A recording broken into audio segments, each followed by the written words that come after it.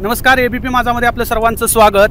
आपण बघतोय की सीना नदीला महापूर आल्यामुळे अतिशय मोठ्या प्रमाणात शेतकऱ्यांचं नुकसान झालेलं आहे। सीना नदीकाठच्या साधारणतः 20 गावांचं मोठ्या प्रमाणात नुकसान झालेलं आहे। या नुकसानग्रस्त शेतकऱ्यांच्या वेदना जाणून घेण्यासाठी खास बांधावर माढा लोकसभा मतदारसंघाचे खासदार धैर्यशील मोहिते पाटील आलेले आहेत। आपण त्यांच्याशी संवाद साधूया थेट बांधावरून। खासदार साहेब, काय शेतकऱ्यांच्या वेदना आहेत, कसं पाहता या नुकसानीकडे?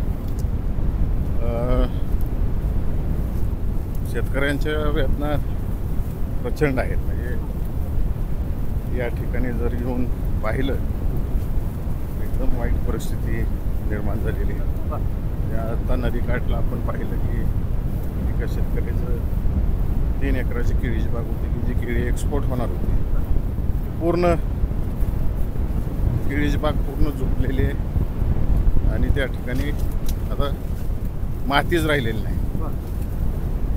एवढी विदारक परिस्थिती झालेली आहे। नदीने पात्र चेंज केलेलं आहे।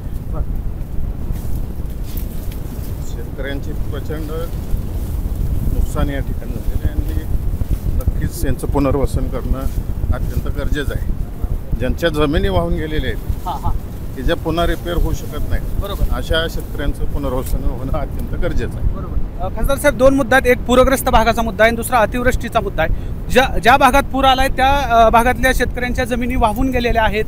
पूर्णतः पिकं झोपलेली आहेत, काही पिकं वाहून गेलेले आहेत। तर अतिवृष्टी आणि पूरग्रस्त ह्या 2 भागाचे वेगवेगळे निकष लावण्यासाठी तुम्ही केंद्र सरकारशी किंवा राज्य सरकारशी काय बोलणार आहात का?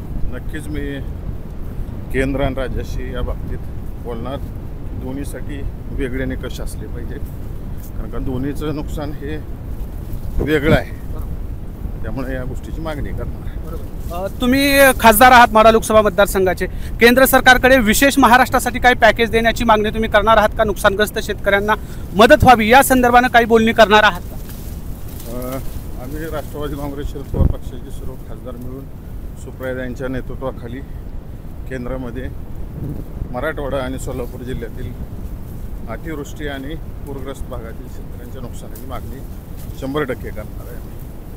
तर हे होते माढा लोकसभा मतदारसंघाचे खासदार। थेट बांधावरून यांनी शेतकऱ्यांच्या वेदना जाणून घेतलेल्या आहेत। त्याचबरोबर केंद्र सरकारकडे विशेष पॅकेज द्यावे, नुकसानग्रस्त शेतकऱ्यांना मदत व्हावी अशा प्रकारची मागणी करणार असल्याचं त्यांनी सांगितलेलं आहे। माढ्याहून गणेश लेटके, एबीपी माझा। एबीपी माझा, उघडा डोळे बघा नीट।